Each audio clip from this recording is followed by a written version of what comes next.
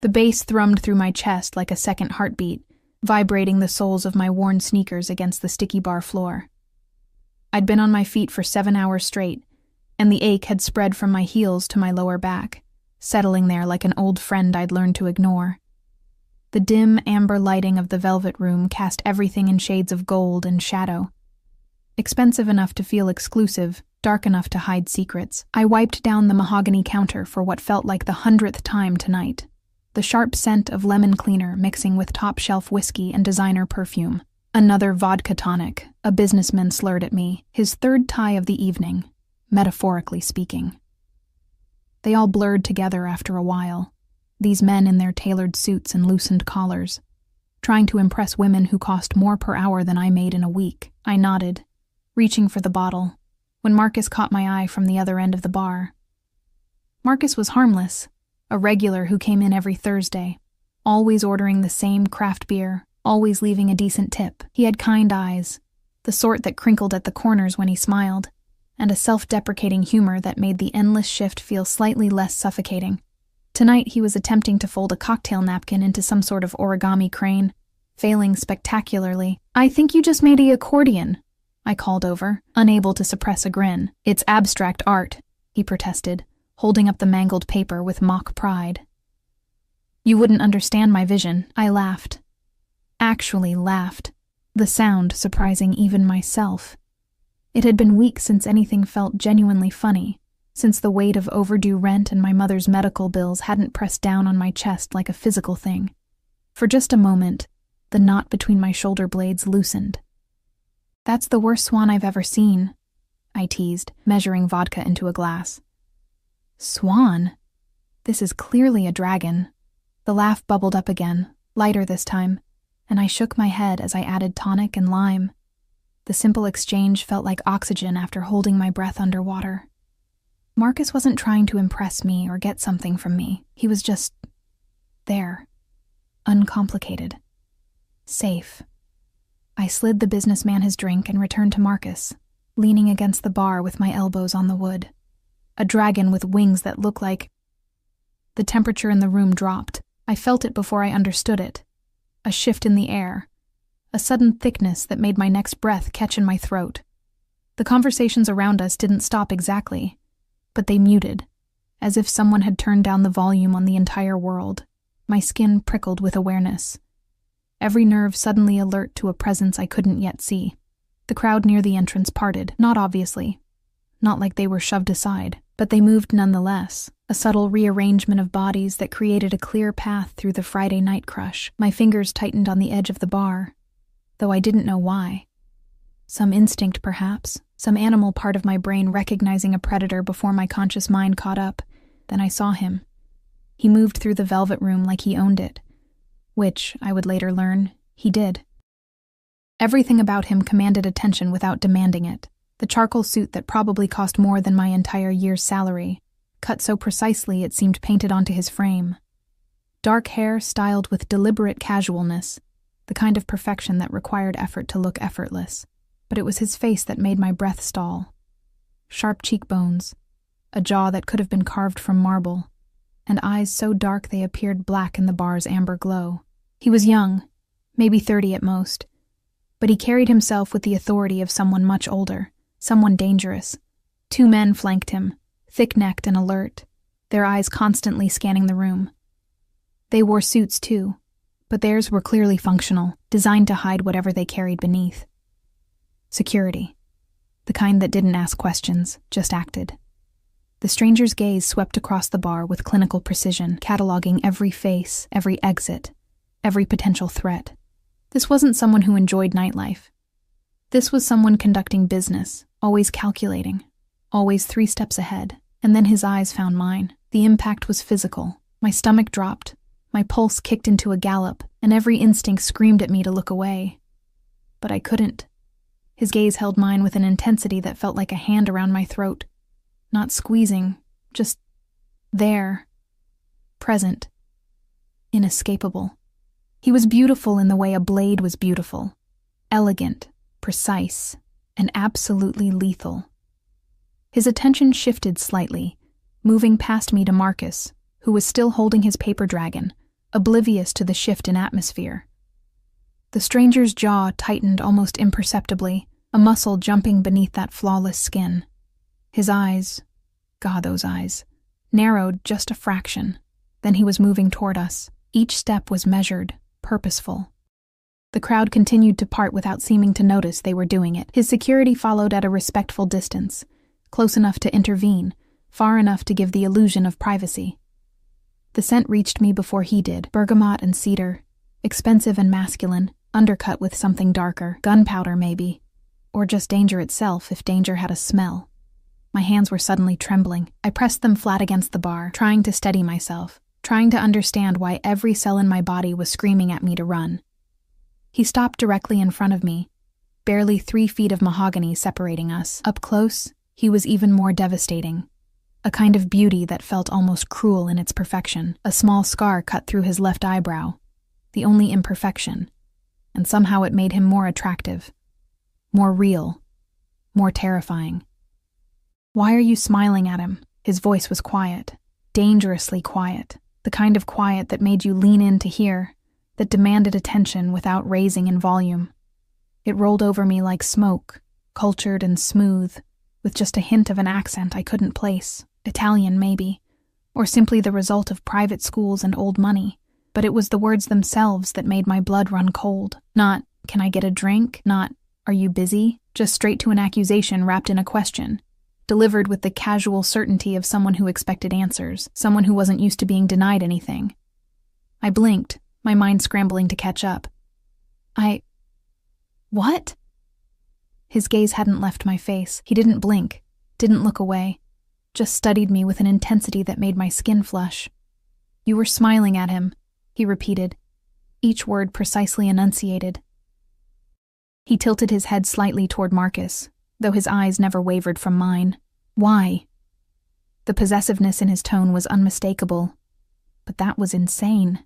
I'd never seen this man before in my life. I would have remembered, God knows I would have remembered, someone who looked like him, who moved like him, who made the air itself feel heavier with his presence. He's just a customer, I managed, hating how small my voice sounded. We were talking. I was being friendly. It's part of the job. Something flickered in those dark eyes. Not anger, exactly.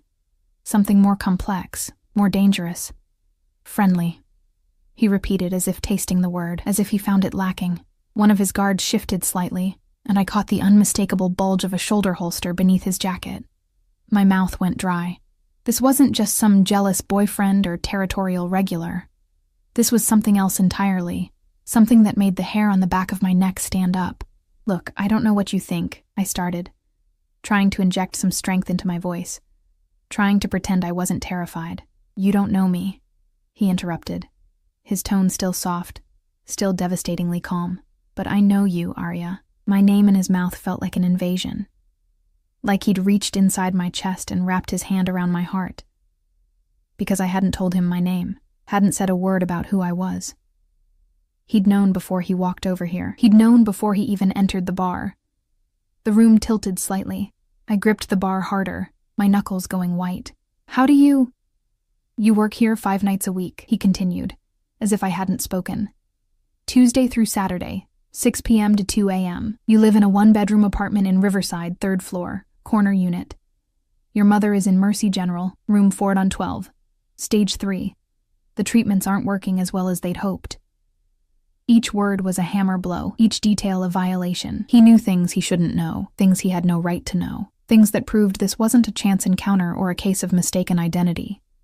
This was intentional, calculated, planned.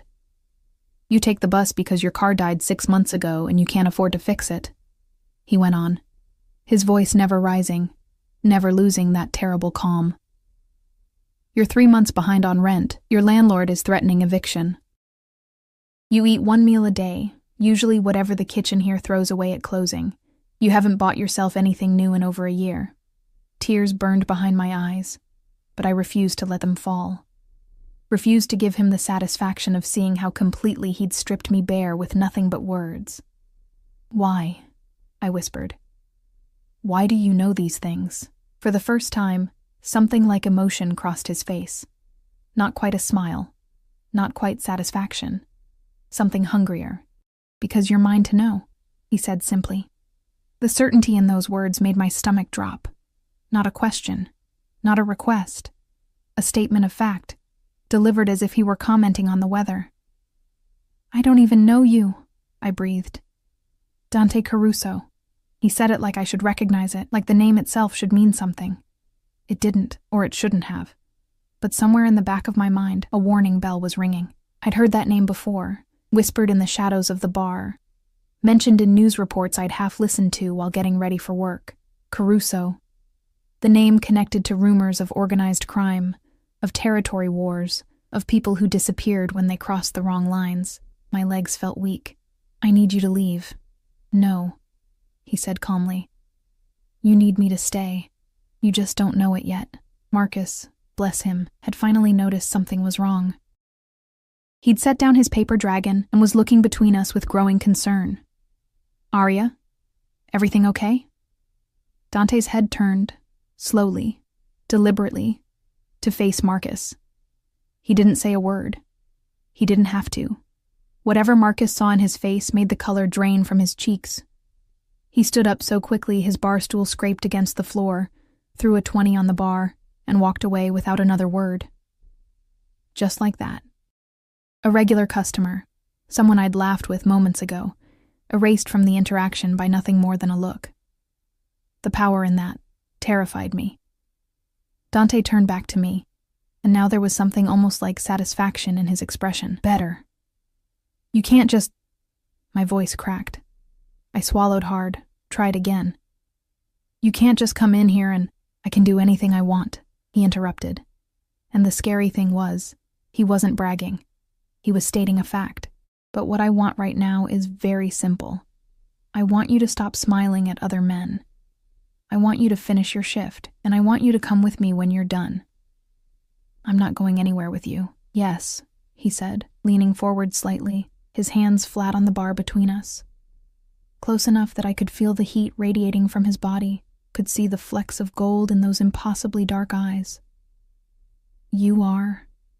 Because your mother's treatment isn't covered by insurance anymore. Because your landlord called your employer today to verify your employment. Because you're drowning, Arya, and I'm offering you a life raft. I don't need your help. Everyone needs help, he countered. The question is whether you're smart enough to take it when it's offered. My phone buzzed in my apron pocket. Without thinking, I pulled it out. A text from Mercy General. Payment required for continued treatment. Please contact billing immediately. When I looked back up, Dante was watching me with that same unsettling intensity. He'd known, somehow, he'd known the text was coming.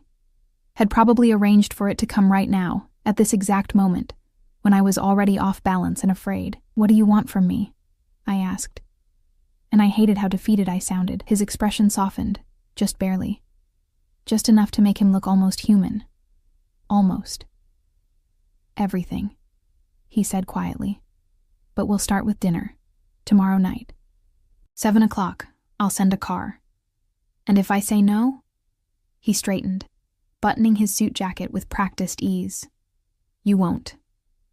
Then he was moving away, his security falling into step around him.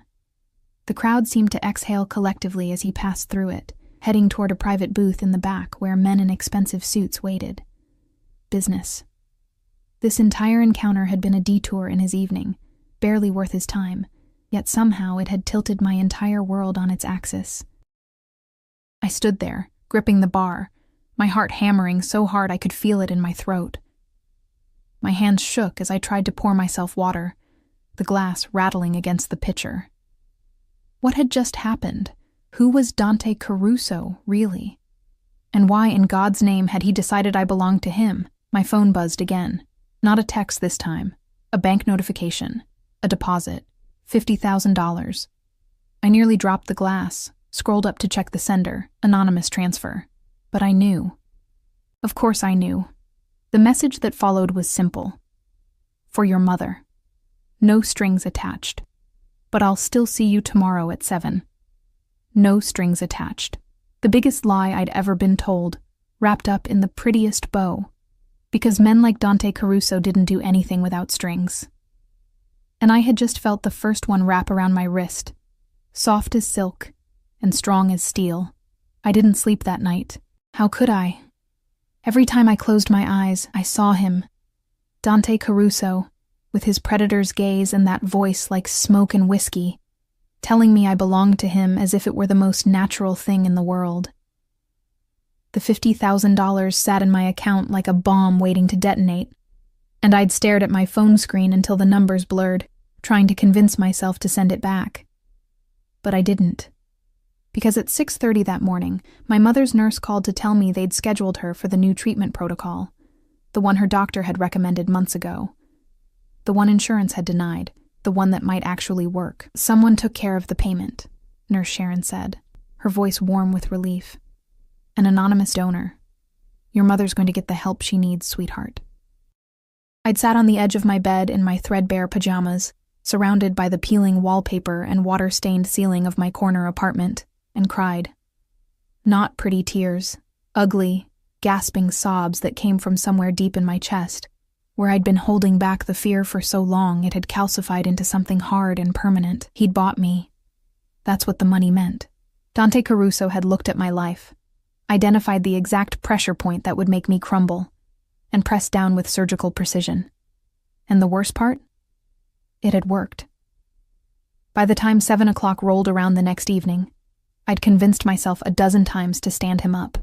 I'd typed out messages I never sent. I can't do this. Leave me alone. I'll pay you back. Each one deleted before I could hit send, because we both knew I couldn't pay him back, not in this lifetime, not in 10 lifetimes. I stood in front of my closet, if you could call the small alcove with a tension rod a closet, and stared at my meager options. Everything I owned was cheap, worn, bought from discount stores or thrift shops. Nothing appropriate for wherever Dante Caruso planned to take me. Nothing that wouldn't immediately broadcast exactly how far beneath him I was on the social ladder. Finally, I settled on a simple black dress I'd bought for my mother's church fundraiser 2 years ago. It was plain, modest, the fabric slightly pilled at the seams, but it was the best I had. I paired it with my only heels, black pumps with a scuff on the left toe I'd tried to cover with a Sharpie, and stared at my reflection in the bathroom mirror. I looked terrified. My green eyes were too wide, my face too pale beneath the minimal makeup I'd applied with shaking hands. I'd left my dark hair down, hoping it would hide how much my hands trembled when I tried to style it. The girl staring back at me looked exactly like what she was. A woman in over her head, about to walk willingly into a trap she didn't understand. The knock on my door came at precisely 7 o'clock. My heart lurched into my throat. I'd expected a text, maybe a honk from the street below. Not this. Not someone at my door, in my space, in the last place that felt like mine. I opened it slowly, keeping the chain lock engaged. The man on the other side wasn't Dante. He was one of the security guards from the bar, the taller one, with salt and pepper hair and a face that had seen things I probably didn't want to imagine. He stood with military posture, his hands clasped in front of him, patient and professional. "Miss Arya," he said, his voice surprisingly gentle. "Mr. Caruso sent me to escort you. I'm Marco. I can meet him wherever, Mr. Caruso doesn't allow his guest to navigate the city alone after dark," Marco interrupted smoothly, as if he'd given this speech before. "For your safety, please, take your time. I'll wait." His guests. The phrasing made my stomach twist. How many women had Marco escorted to Dante? How many had stood where I was standing, feeling this same mixture of dread and inevitability? I grabbed my purse, a Target clearance find from 3 years ago, and stepped into the hallway, locking the door behind me with fingers that wouldn't quite steady. Marco moved ahead of me down the stairs, checking each landing before allowing me to continue. It should have felt ridiculous, this level of security for someone like me in my rundown building. Instead, it felt ominous. The car waiting at the curb made my breath catch. It was a black Mercedes S-Class, sleek and gleaming under the streetlights, tinted windows reflecting the shabby neighborhood back at itself like a dark mirror. Marco opened the rear door, and I hesitated for just a moment. One last chance to run, to choose differently, before the memory of my mother's medical bills pushed me forward. The interior smelled like leather and money. Soft ambient lighting illuminated cream-colored seats that looked like they'd never been sat on. A privacy screen separated me from the driver, and I was grateful for it. I didn't want to see another face, another person who worked for Dante and knew exactly what I was walking into. We drove through the city in silence. I watched my neighborhood disappear outside the window, the bodega where I bought discount groceries, the laundromat where I spent Sunday mornings, the bus stop where I waited in rain and snow, all of it falling away as we moved into areas I'd only ever seen in magazines. Tree-lined streets, historic brownstones, restaurants with valet parking and waiting lists measured in months. We stopped in front of a building that didn't advertise itself. No sign, no crowd, just a discreet entrance with a doorman who opened my car door before Marco could. "Miss," the doorman said, offering his gloved hand. I took it, stepping out onto a sidewalk that probably cost more per square foot than my entire apartment. The building facade was understated elegance.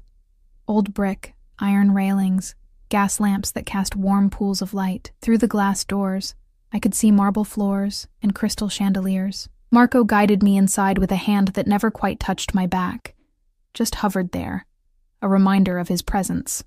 The lobby was hushed, temperature-controlled, smelling of lilies and expensive candles. My cheap heels clicked too loudly against the marble, announcing my intrusion into this world where I didn't belong. We rode an elevator to the top floor. Of course it was the top floor, and my ears popped with the altitude. When the doors opened, they revealed a private foyer with only one door. Marco pressed the doorbell, and I fought the urge to run back into the elevator. The door opened. Dante stood framed in the doorway, and the sight of him stole whatever composure I'd managed to scrape together. He'd traded the suit for something slightly less formal, but no less expensive. Charcoal slacks and a white shirt with the sleeves rolled to his elbows, revealing forearms corded with muscle and decorated with what looked like the edge of a tattoo. His dark hair was slightly mussed, as if he'd run his fingers through it, and those devastating eyes locked onto me with an intensity that made my knees weak. "Aria," he said, my name a greeting and a claim all at once. "You came." Did I have a choice? The words came out sharper than I'd intended, a flash of defiance I couldn't quite suppress. Something flickered in his expression, approval maybe, or amusement. "There's always a choice," he said quietly. "You're here because you chose to be. Remember that." He stepped aside, and I moved past him into the apartment, hyper-aware of how close we were in the doorway, how the bergamot and cedar scent of him surrounded me. Marco didn't follow.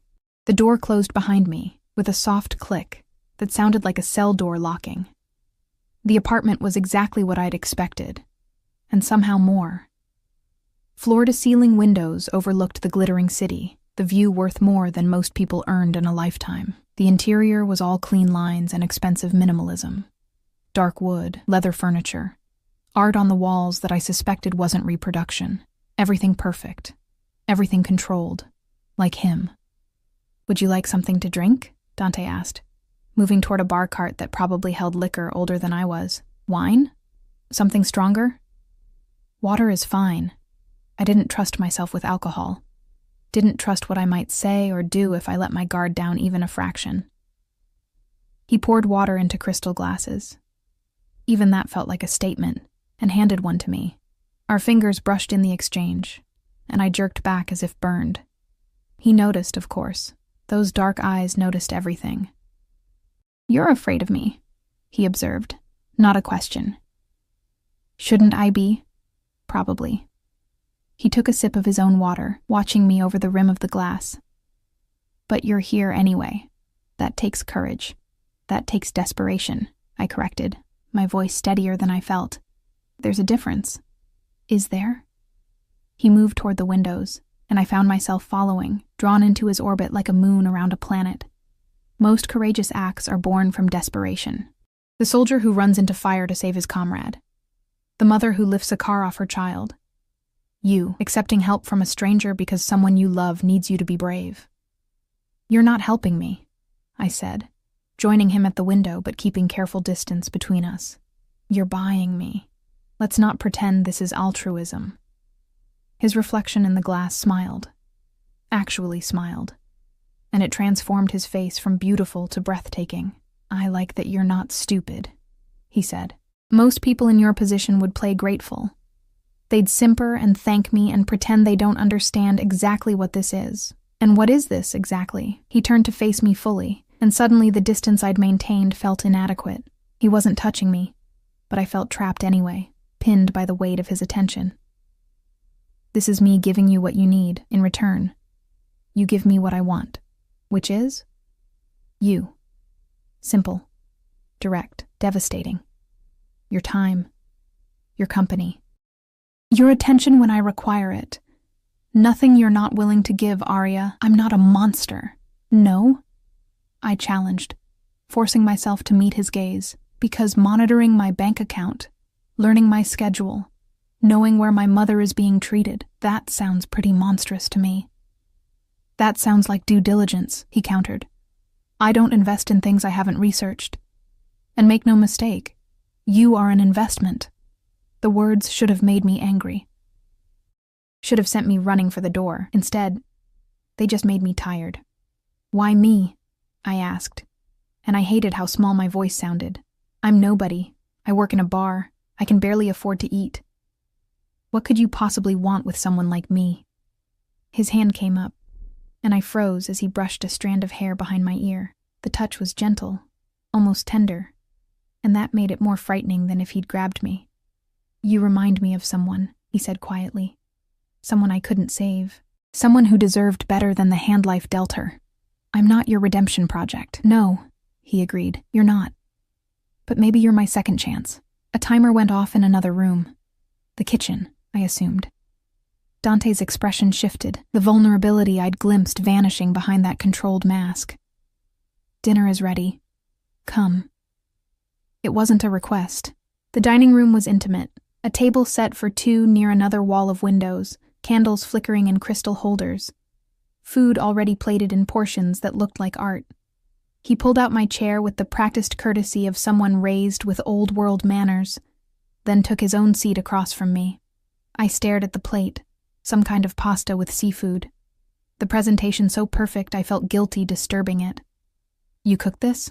I asked, unable to hide my surprise. "I did." He picked up his fork, completely at ease. "I don't trust people in my personal space. Not with food, not with anything that matters. You learn to be self-sufficient in my line of work. And what exactly is your line of work?" His eyes met mine over the candlelight, dark and unreadable.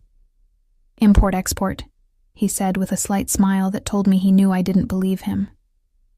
"Family business, very traditional." "Traditional," I repeated, taking a small bite of pasta that melted on my tongue despite my nerves. "Is that what we're calling it? What do you think we should call it?" I said carefully, setting down my fork, "that men with armed guards and private apartments and the resources to drop $50,000 without blinking aren't usually importing legitimate goods." "You're right," he said, surprising me with his honesty. "I'm not." "But knowing that doesn't change your situation, does it?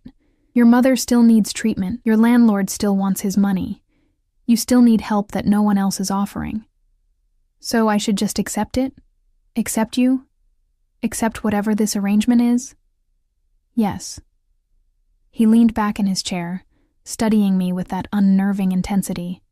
"Because the alternative is watching your mother die while you work yourself into an early grave trying to save her. And for what? Pride? Principles? Those things don't keep people alive, Arya. Money does. Power does. And right now, I have both." I wanted to argue. Wanted to tell him he was wrong, that there were things more important than survival at any cost, but the words stuck in my throat because he wasn't wrong. Not really. I'd been drowning for months, and he'd thrown me a rope. That the rope had thorns didn't make it any less necessary. "What happens after dinner?" I asked instead. "I take you home," he said simply. "Marco drives you back to your apartment. You go to work tomorrow at the bar, same as always. The only difference is that now, when I come in, you smile at me instead of other men. You save your attention for someone who's earned it. By paying for it. By caring enough to pay for it," he corrected. "There's a difference." We ate in loaded silence after that, The clink of silverware against china, the only sound besides the muted city noise filtering through the windows. The food was incredible, clearly expensive ingredients prepared with skill, but I could barely taste it. My mind was too busy trying to understand the man across from me, trying to find the angle, the trap, the moment when the other shoe would drop. "You keep waiting for me to hurt you," Dante observed, setting down his wine glass. "I can see it in your eyes. Every time I move, you flinch. Every time I speak, you brace yourself. Can you blame me?" "No." He stood, moving around the table with that predatory grace, and I forced myself not to shrink back as he stopped beside my chair. "But I need you to understand something, Arya. I don't hurt what's mine. I protect it. Jealously. Viciously. No one touches what belongs to me. Not without consequences." He leaned down, his hands bracing on the arms of my chair, caging me without touching me. This close, I could see the gold flecks in his dark eyes, could feel the heat radiating from his body, could smell the cedar and danger that clung to him like a second skin. "And you are mine now," he whispered, his breath warm against my ear, "whether you've accepted it yet or not. The moment I saw you laughing at that bar, smiling at someone who didn't deserve the gift of your attention, that was the moment you became mine. Do you understand? I should have said no, should have pushed him away, should have run. Instead, I heard myself whisper, yes." His smile was small, satisfied, and absolutely terrifying in its possessiveness. "Good girl." Then he straightened, offering his hand. "Come. I'll show you the view from the balcony before Marco takes you home." I took his hand. God help me. I took his hand, and let him lead me deeper into the beautiful cage he was building around me, one expensive gesture at a time. The next 2 weeks passed in a blur of contradictions that left me feeling like I was living 2 separate lives. By day, or rather by night, I was still just Arya, still pulling shifts at the Velvet Room, still pouring drinks and wiping down tables, still taking the bus home in the early morning hours with aching feet and the smell of spilled liquor clinging to my clothes. My coworkers noticed nothing different. My regulars still ordered their usual drinks. The world kept spinning as if nothing fundamental had shifted, but it had, because now 3 or 4 times a week, Dante came to the bar. He never announced himself, didn't need to. I always felt him before I saw him. That electric shift in the atmosphere, the way conversations seemed to lower in volume, the instinctive parting of the crowd. He'd take the same corner booth, the one with a clear view of all the exits, and his security would flank the entrance while he sat with his back to the wall, watching me work, just watching. It should have been creepy, should have made my skin crawl the way other men's stares sometimes did, hungry and entitled and demanding. But Dante's attention felt different, heavier, like he was cataloging every movement I made, every smile I gave to a customer, every word I exchanged with my coworkers, measuring them, weighing them, deciding if they deserved even that small piece of me, and God help anyone who got too friendly. Marcus never came back. Neither did Tom, the investment banker who used to chat about the stock market while nursing his scotch. Or David, the artist who'd once asked if he could sketch me during my break. They all just disappeared from my life, replaced by customers who kept their eyes down and their interactions brief whenever Dante was in the building. The other bartender, Jenny, noticed. "What's with the suit in the corner?" she asked one night during a lull, jerking her chin toward Dante's booth. "He's here like every other day, just staring at you. Should I call someone?" "No," I said quickly. Too quickly. It's fine. He's harmless." The lie tasted bitter on my tongue.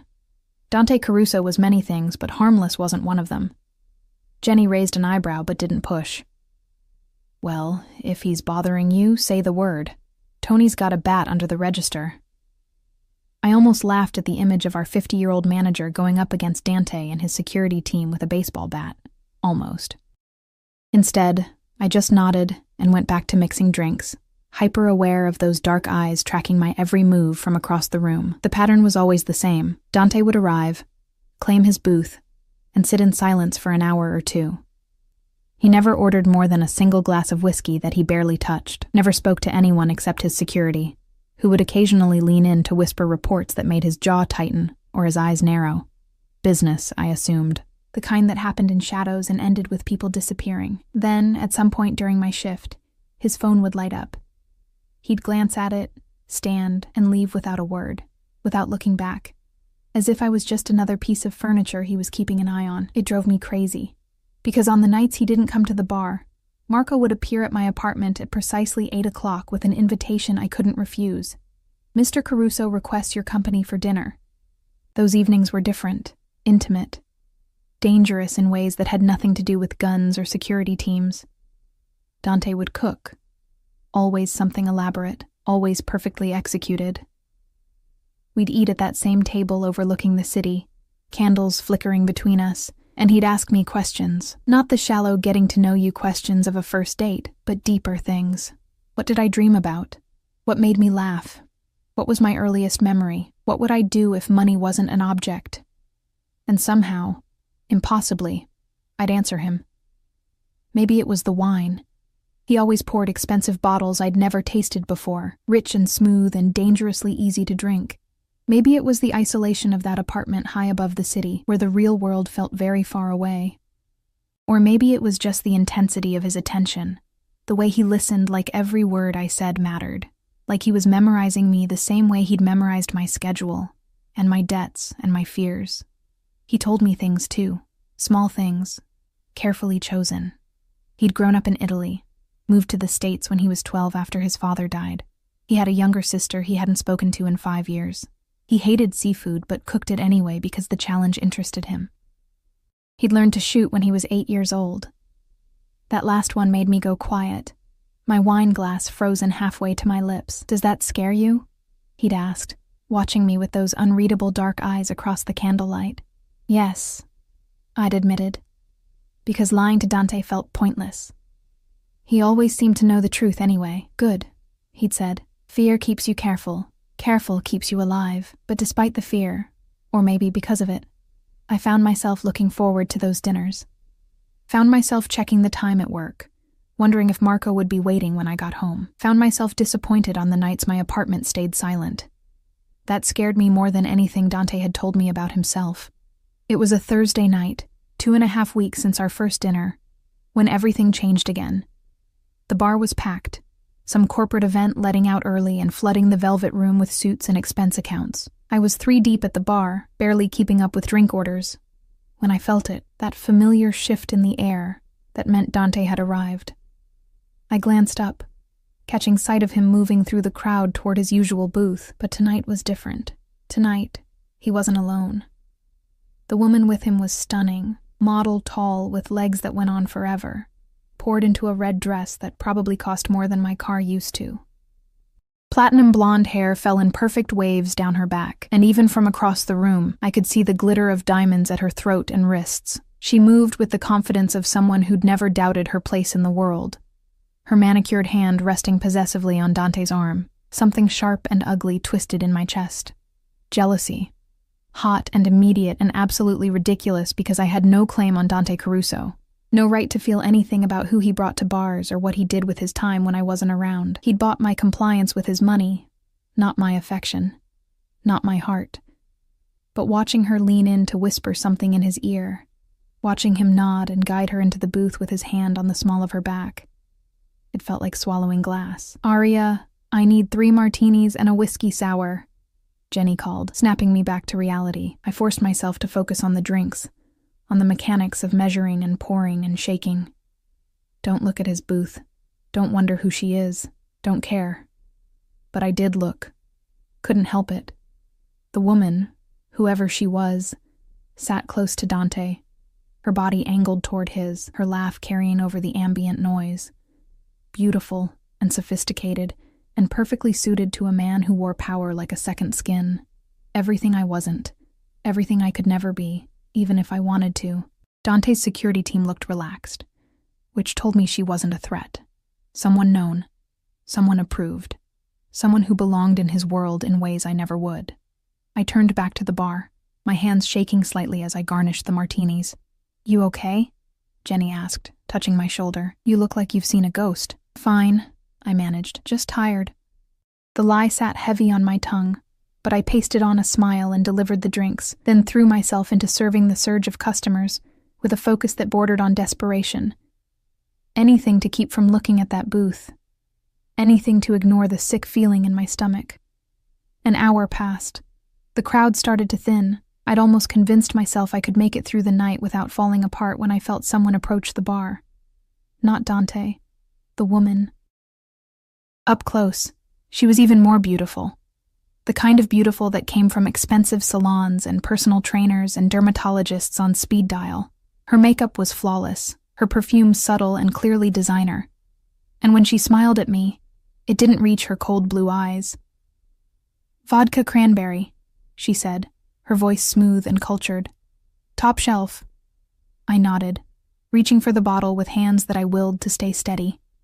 As I poured, I felt her watching me with the same calculating attention Dante often used.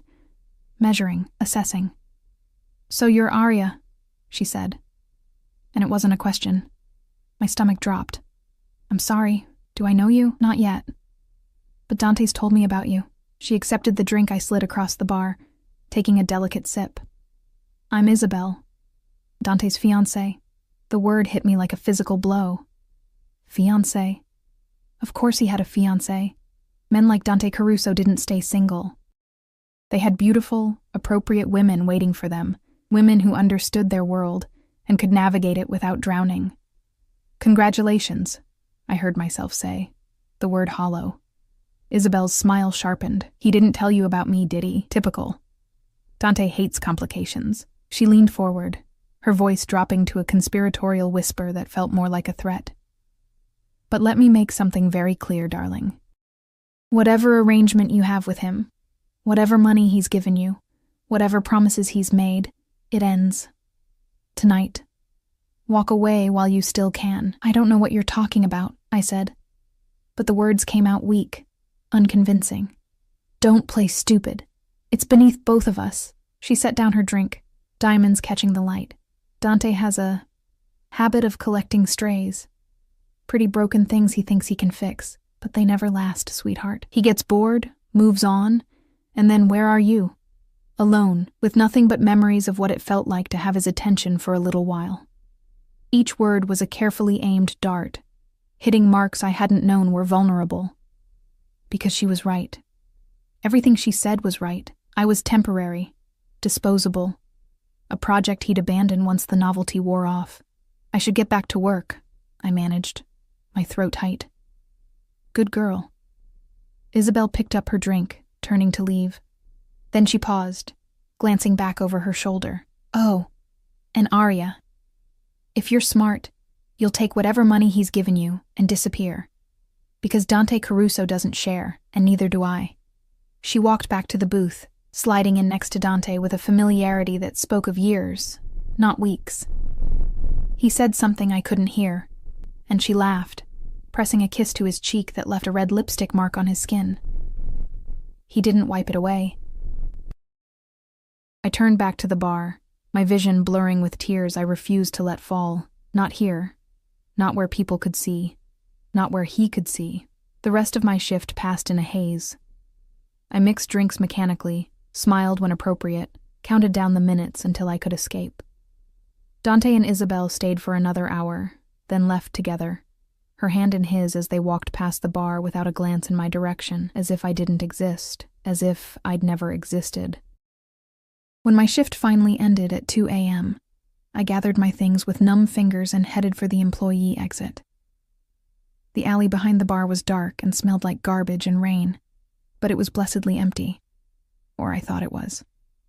"Arya." I spun around, my heart leaping into my throat. Dante stood at the mouth of the alley, alone, his suit jacket unbuttoned and his hands in his pockets. The security team was nowhere in sight. Just him, backlit by the street lamps, his face half in shadow. "What are you doing here?" I asked, and I hated that my voice shook. "Waiting for you." He moved closer, and I backed up instinctively until my shoulders hit the brick wall. "You've been crying." "I haven't. Don't lie to me." He was close now, close enough that I could see the tension in his jaw, the something dangerous flickering in his dark eyes. "Isabel talked to you. What did she say?" "The truth." The words came out bitter. "That I'm temporary, that you have a fiancé, that I should take the money and run before you get bored and throw me away like all the other broken things you've collected." His expression went absolutely still, deadly still. "And you believed her." "Why shouldn't I?" I demanded, emotion finally breaking through my numbness. "You never mentioned a fiancé, Dante. You show up at my job, you cook me dinner, you act like you own me, but you never said you belonged to someone else. So yes, I believed her. Because at least she was honest about what this is." "You want honesty?" His hand came up, palm flat against the wall beside my head, caging me in. "Isabel is a political arrangement. Our families have been planning that engagement since we were children. It means nothing. She means nothing." "Then why is she here?" "Because she heard about you," he said, his voice dropping to that dangerous quiet that made my pulse race. "Because she's threatened by you in ways she's never been threatened by anyone else. Because you, Aria, with your cheap dress and your honest eyes and your stubborn pride, you matter more to me in 2 weeks than she has in 20 years. I shook my head, not trusting myself to speak. "I told her tonight that the engagement is over," Dante continued, his free hand coming up to cup my face with surprising gentleness. "I told her I won't marry her. I won't marry anyone except the woman I choose. And I choose you." "You can't—" "I can," he interrupted. "I can do whatever I want. That's what power is, Aria, the ability to choose your own path, regardless of what anyone else says you should do." "I'm not marrying you," I whispered, even as my body betrayed me by leaning into his touch. "I don't even know you." "Then let me help you know me." His thumb brushed across my cheekbone, catching a tear I hadn't realized had fallen. "Let me show you that this, you and me, this is real. Not an arrangement, not a transaction. Real." "Nothing about this is real," I said. But the words lacked conviction. His smile was small, almost sad. "Then why are you crying, Aria? Why do you care who I'm with if this means nothing to you?" I didn't have an answer. Couldn't admit the truth, that somewhere between his possessive jealousy and his carefully cooked dinners, I'd started to fall. Started to care about a man who terrified me, who controlled me, who'd bought his way into my life and refused to leave. "Come home with me tonight," he murmured, his forehead resting against mine. "Not for dinner, not for show, just come home. Be with me. Let me prove this is more than you think it is." Every rational part of my brain screamed at me to say no, to walk away, to remember that men like Dante Caruso didn't fall in love with girls like me. They consumed them and moved on. But standing there in that alley, with his hands gentle on my face and his breath warm against my lips, I couldn't remember why rationality mattered. "Okay," I whispered. And just like that, I stepped willingly into the fire. The penthouse was different at 3 a.m, quieter somehow, more intimate. The city lights beyond the windows had dimmed to scattered gold against black velvet, and the silence felt thick enough to touch. Dante moved through the space with familiar ease, shrugging out of his suit jacket and draping it over a chair, loosening his tie with one hand while the other held mine, gently, as if I might bolt at any moment. Maybe I should have. Instead, I stood in his living room, still wearing my bar clothes that smelled like spilled liquor and stranger's cologne, feeling more out of place than ever in this world of marble and leather and floor-to-ceiling windows. "Are you hungry?" Dante asked, heading toward the kitchen. "I could make something." "At 3 a.m.? He glanced back, and there was something almost boyish in his slight smile. "I don't sleep much. Occupational hazard. Food helps." I followed him into the kitchen, all stainless steel and black granite, probably bigger than my entire apartment. He moved with surprising comfort here, pulling ingredients from the refrigerator with the ease of someone who actually used this space regularly, not just for show. "Sit," he said, nodding toward the island bar stools. I did, watching as he cracked eggs into a bowl, whisked them with practiced efficiency, added cream and herbs I couldn't name. His movements were precise, controlled, the same way everything about him was controlled. Even his rolled-up sleeves revealed forearms that were all lean muscle and tension, the edge of that tattoo I'd glimpsed before. Something dark and elaborate that disappeared beneath the fabric. "What is it?" I asked, nodding toward the ink. "The tattoo." He paused, glancing down at his arm as if he'd forgotten it was there. "Family crest. Everyone in the Caruso line gets it when they turn 18, a reminder of who we are, what we're bound to. Sounds more like a brand than a reminder." His eyes met mine, dark and unreadable. "Maybe it is. Does that bother you?" "I don't know yet," I admitted. "Everything about you bothers me, and nothing about you bothers me enough to leave." Something flickered across his face.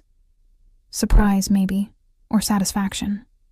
He returned to the eggs, pouring them into a heated pan where butter sizzled and popped. "You're more honest than most people I know. It's refreshing. Dangerous, but refreshing." "Dangerous how?" "Honesty invites honesty, and there are things about my life you're better off not knowing." He plated the omelet with the same precision he did everything else, adding toast and fruit with an artist's attention to presentation. Then he slid it in front of me along with silverware that probably cost more than my monthly rent. "Eat." "You barely touched dinner earlier." I hadn't realized he'd noticed, but of course he had. Dante noticed everything. The omelet was perfect, fluffy and rich and flavored with herbs that tasted expensive. I ate slowly, hyper-aware of him watching me, of the intimacy of this moment. Just the two of us in his kitchen in the dead of night, sharing food and silence, and something that felt dangerously close to domesticity. "Tell me about Isabel," I said finally, setting down my fork. "The real story, not the version you gave me in the alley." Dante leaned against the counter, arms crossed over his chest. In the kitchen's softer lighting, with his tie gone and his shirt wrinkled, he looked younger, more human. "Our families arranged it when we were children. Her father controls the ports in New York. My family controls distribution. A marriage would unite territories, eliminate competition, make both families stronger.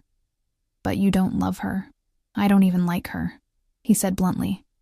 "Isabel is ambitious, calculating, and cruel when it suits her. She wants the Caruso name and the power that comes with it. She doesn't want me. Not really." "And your family? They're okay with you breaking the engagement?" His laugh was short, humorless. "My family doesn't get a vote, not anymore. When my father died, I inherited everything. The business, the responsibility, the burden of all the choices he made before I was old enough to understand them. I've spent the last 8 years cleaning up his mistakes, rebuilding what he nearly destroyed. I've earned the right to make my own decisions. Even if those decisions start a war, even then." He moved closer, bracing his hands on either side of me on the counter, caging me in without quite touching, but it won't come to that. Isabel's father is a businessman first. He'll be angry, but he'll adjust, find another alliance, another marriage to cement his power. That's how this world works. Sounds lonely. It is. His voice dropped, intimate and raw. Until it isn't. Until you find someone who looks at you and doesn't see the power or the money or the name. Someone who sees just you. My breath caught. "I barely know you, Dante. How can I see you when you won't let me?" "Then ask." His eyes searched mine, intense and almost desperate. "Ask me anything. I'll tell you the truth. All of it. No more games." It was an offering I hadn't expected. A vulnerability that felt more dangerous than any weapon. I swallowed hard, choosing my words carefully. "The night we met, at the bar, you said I was yours, that you'd decided it the moment you saw me. Why?" He was quiet for a long moment, his jaw working like he was trying to decide how much to reveal. Finally, he reached out and traced the curve of my cheekbone with one finger, the touch achingly gentle. "You were laughing," he said softly.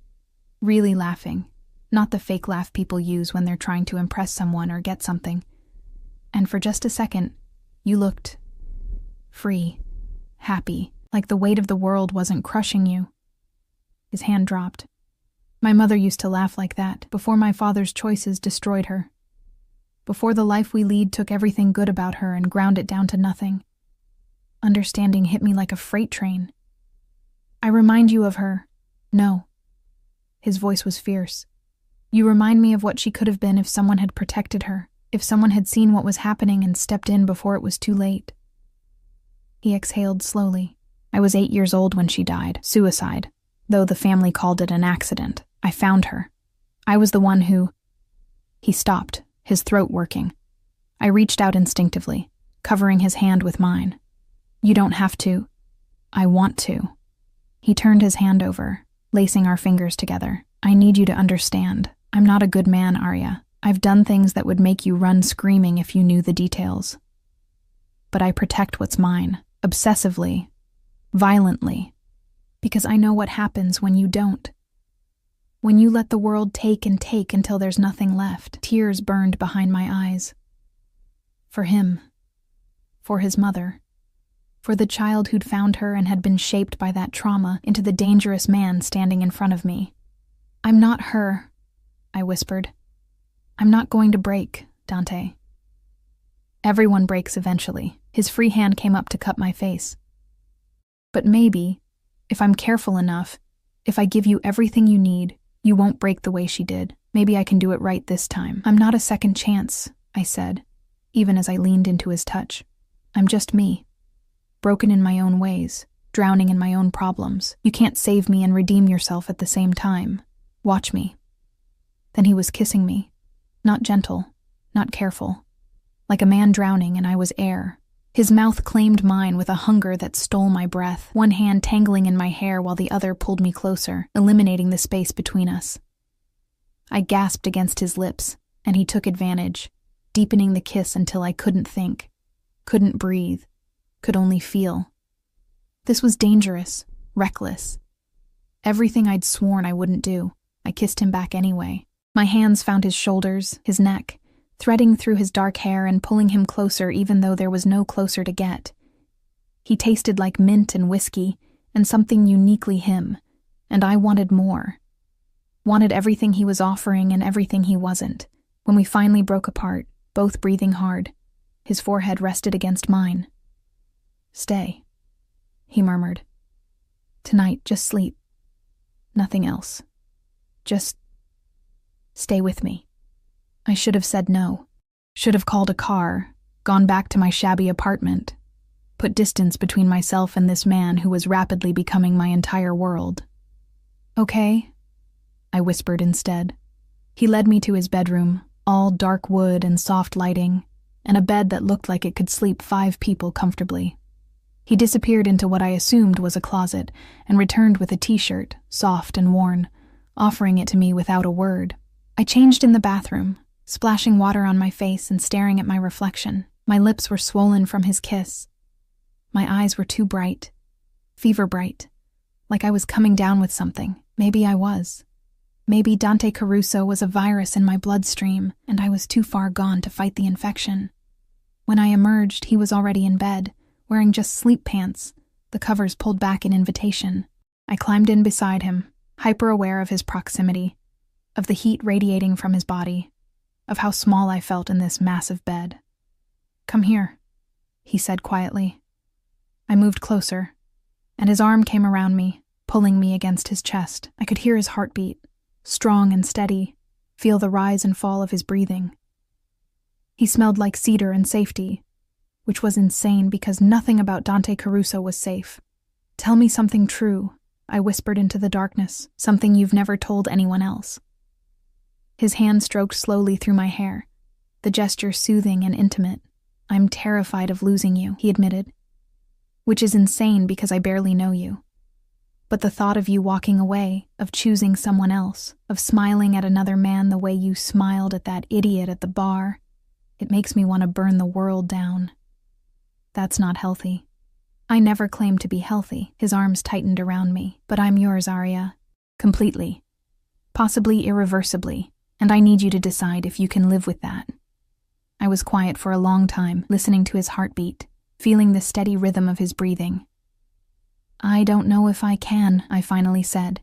But I don't know if I can walk away either. Then don't. His lips pressed against my hair. Stay? Figure it out as we go. Let me take care of you while you decide. That's not fair. You're bribing me with security and money and... Love, he interrupted quietly. I'm bribing you with love. Maybe it's twisted and possessive and not what you deserve. But it's real, Arya. More real than anything I've ever felt. My chest felt too tight. You can't love me. You don't even know me. I know enough. I know you take extra shifts to pay for your mother's treatment. I know you cry in the bathroom at work when you think no one's listening. I know you put everyone else's needs before your own until there's nothing left for yourself. I know you're strong and stubborn and so fucking beautiful it hurts to look at you sometimes. A tear slid down my cheek, absorbed by his t-shirt. This is crazy. Probably. His voice was drowsy now, sleep creeping in at the edges. But you're still here. That has to mean something. It did. I just wasn't ready to admit what. I closed my eyes, letting the warmth of his body and the security of his arms lull me toward sleep. Tomorrow, I'd worry about the consequences. Tomorrow, I'd figure out what I was doing with a mafia boss who'd decided I belonged to him.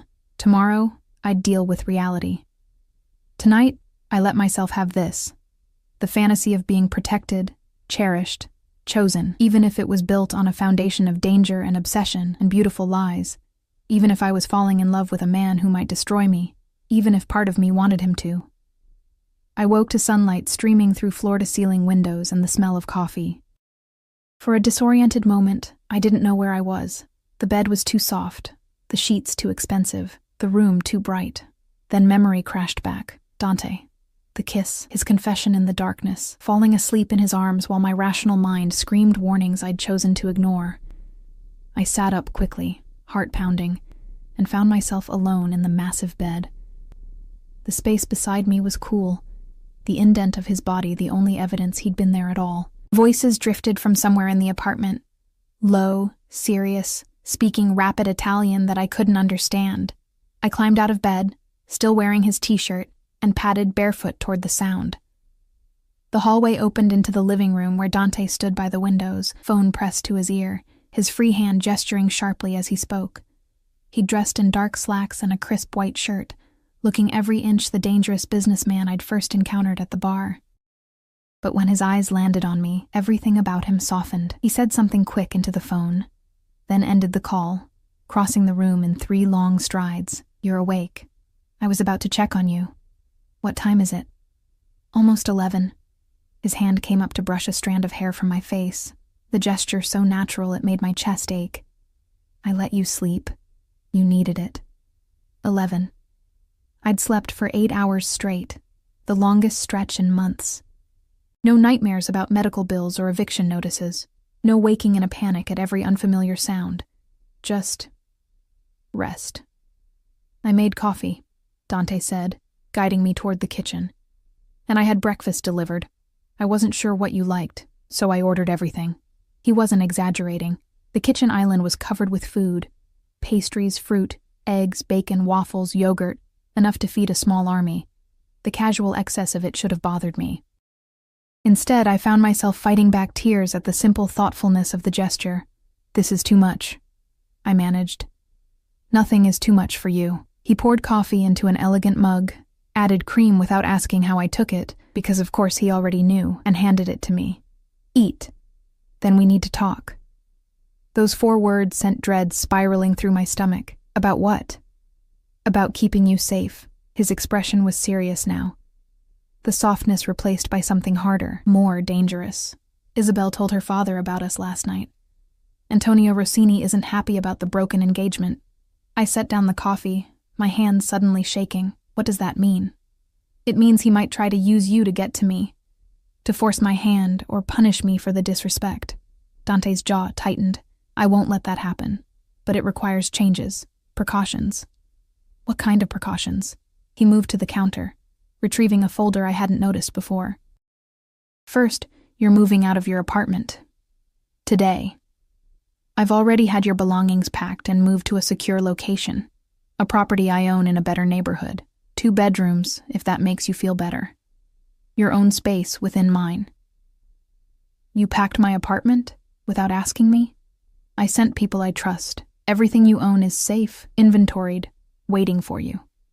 He opened the folder, spreading papers across the counter. Second, you're not going back to the Velvet Room. I've spoken with your manager. You're on indefinite paid leave. You can't just... I can, and I did. His voice was firm, brooking no argument. That bar is too public, too exposed. Anyone looking for leverage against me will start there. I won't risk it. Anger flared hot in my chest, cutting through the fear. So what am I supposed to do? Sit in some apartment you own, wearing clothes you bought, eating food you provide, like some kept woman? You're supposed to stay alive, he shot back, his control finally cracking. You're supposed to let me protect you from the consequences of choosing me. Because that's what this is, Arya. You stayed last night. You kissed me back. You chose this, chose us. And now I need to keep you safe from what that choice means. I didn't choose to be a prisoner. You're not a prisoner. He closed the distance between us, his hands framing my face with surprising gentleness, despite the intensity in his eyes. You can leave any time you want, walk out that door, go back to your old life, forget this ever happened. I won't stop you. But if you stay, if you choose to be with me, then you accept my protection, all of it. Because I cannot lose you. I won't survive it. The rawness in his voice undid me. This wasn't about control, not really. It was about a man who'd watched his mother die, who'd spent his whole life unable to save the people he loved, now desperate to protect the one person who'd made him feel something real. What about my mother? I asked quietly. Her treatments. If I'm in hiding, already handled. I've arranged private care, the best doctors, a suite at Mercy General that's monitored 24/7 by my security. No one gets near her without clearance. He pulled papers from the folder. And this. I had my lawyers draw it up this morning. I looked down at the documents, legal papers, dense with text I could barely understand. But certain words jumped out. Beneficiary, trust fund, medical expenses, full coverage. What is this? Insurance, Dante said simply. If something happens to me, your mother's care continues. The trust is in your name, untouchable by anyone else. Whether you stay with me or not, she's taken care of. For life. My vision blurred with tears. Why would you do this? Because I love you. He said it so simply, like it was the most obvious thing in the world. Because you deserve to make your choice based on what you want, not what you need. Because I need you to know that keeping you is about wanting you, not trapping you. I stared at him. This beautiful, dangerous man who'd upended my entire life in a matter of weeks, who'd bought his way into my world and refused to leave, who was now offering me everything I needed while claiming it was a gift, not a cage. I'm scared, I whispered. Good. Fear keeps you careful. He echoed his words from weeks ago, but now they carried different weight. Be scared.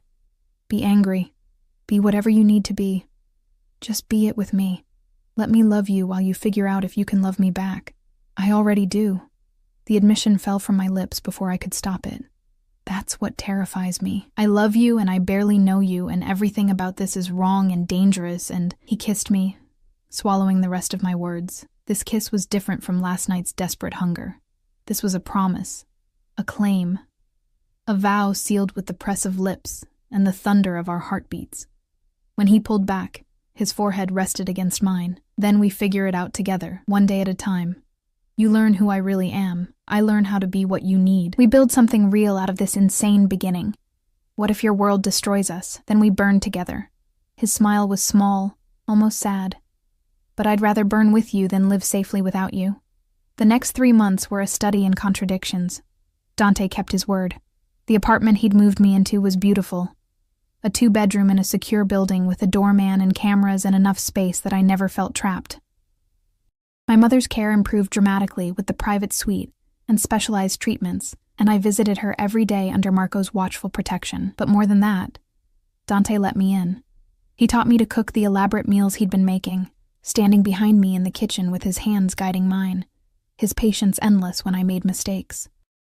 He showed me the legitimate parts of his business, the import company that actually did import things, the real estate holdings, the investments that had nothing to do with the darker parts of his world. And slowly, carefully, he showed me the dark parts too.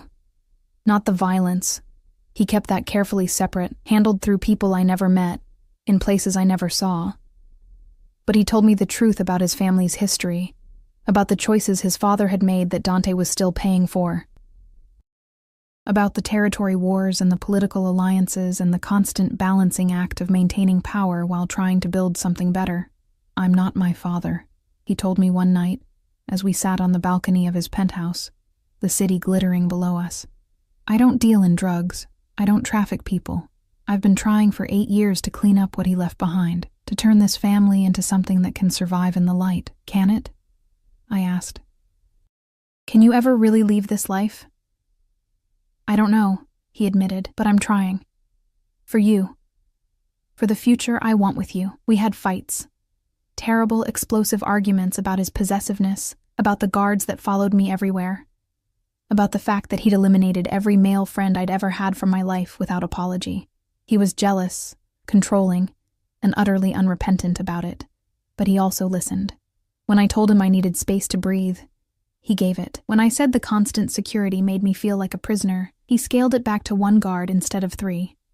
When I cried about missing the independence of my old life, he set up a bank account in my name and taught me how to invest, how to build my own security that didn't depend on him. "If you ever want to leave," he said, showing me the account statements, "you can. You'll never be trapped by money again." It was the most loving cage I'd ever experienced. Antonio Rossini made his move 3 months after I'd moved into Dante's world. A car bomb in the parking garage of one of Dante's properties, targeting a vehicle we'd been scheduled to use. We survived only because Dante's paranoia meant he never followed routines, never took the same car twice in a row. The retaliation was swift and brutal. I didn't see it, didn't want to know the details. But Dante came home that night with blood on his shirt and something cold in his eyes that made me understand exactly how dangerous he really was. "It's done," was all he said. "Rossini won't be a problem anymore." I should have been horrified, should have packed my bags and run. Instead, I held him while he showered, washing the evidence of violence down the drain, and understood that this was the price of loving Dante Caruso, the beautiful and the terrible, wrapped together so tightly they couldn't be separated. 6 months after that first night at the bar, Dante took me back to the Velvet Room, not to work, to celebrate. He'd bought the place, renovated it, transformed it into something that still had the same amber lighting and intimate atmosphere, but now felt safer, cleaner, better. Jenny still worked there, now as general manager with a salary that made her cry. Marcus had come back too, apologizing for running that first night, and we'd laughed about it over drinks while Dante watched with only mild jealousy. "I want you to have a choice," Dante said, standing with me at the bar where we'd first met. "You can work here if you want, manage it, or you can do something else entirely. Go to school, start a business, anything. I'll support whatever you choose." "What if I choose to just be with you?" I asked. "Is that allowed?" His smile was genuine, transforming his face from dangerous to devastating. "That's my first choice too, but you deserve more than just being someone's partner. You deserve your own dreams. Maybe my dream is building something with you," I said. "Something real. Something better than what came before." He pulled a small box from his pocket, and my breath caught. "Then build it with me. Officially. Permanently. Be my wife, Arya. Choose me every day for the rest of our lives." The ring was beautiful, a simple diamond that caught the light, elegant and understated and perfect, nothing like the ostentatious jewelry Isabel had worn. This was chosen for me, for who I actually was, not who someone wanted me to be. "Yes," I whispered. And then louder. "Yes." He slid the ring onto my finger and kissed me there in the bar where this had all begun, where I'd been just a tired bartender and he'd been a dangerous stranger who'd decided I was his. The crowd around us cheered, Jenny and Marcus and all the people who'd watched our strange love story unfold, and for the first time in my life, I felt truly seen, truly chosen, truly home. We married quietly 6 months later in a small ceremony with just our closest people. My mother was there, healthy enough to walk me down the aisle in a wheelchair, crying happy tears. Dante's sister came too, reconciling with him after years of estrangement, telling me later that she'd never seen her brother so genuinely happy. The life we built wasn't easy. Dante's world remained dangerous, requiring constant vigilance and sacrifice. But he kept his promise. He protected what was his with fierce devotion. He loved me with an intensity that sometimes scared me and sometimes saved me. And slowly, together, we transformed his family's legacy into something we could both live with. On our first anniversary, Dante cooked the same meal he'd made that first night. The omelet at 3 a.m. when I'd been too scared and confused to understand what was happening between us. "Do you regret it?" he asked as we ate at the kitchen island, our fingers intertwined on the counter. Saying yes that night, letting me into your life, I looked at him. This beautiful, dangerous man who'd seen me drowning and decided to save me. Who'd loved me with such possessive devotion that I'd never felt alone again. And I smiled. "Not for a single second," I said truthfully. "You're the best mistake I ever made." His laugh was warm, genuine, the sound of a man who'd finally found something worth more than power, or money, or control. "And you're the only thing I ever got right." He leaned across the counter and kissed me. And in that kiss was everything we'd survived together. The fear and the danger, the obsession and the sacrifice, the beautiful cage that had become a home. We'd built something real from the ruins of 2 broken people. Something strong enough to withstand his world, and stubborn enough to last forever. Because that's what love was, I'd learned. Not the easy fairy tale version. The complicated, messy, sometimes terrifying reality of choosing someone every day despite the danger, of being chosen in return with the kind of fierce devotion that refused to let go. Dante Caruso had walked into my life as a possessive stranger who decided I belonged to him. And somehow, impossibly, he'd been right. I did belong with him. And he belonged with me. Forever had never sounded so perfectly dangerous.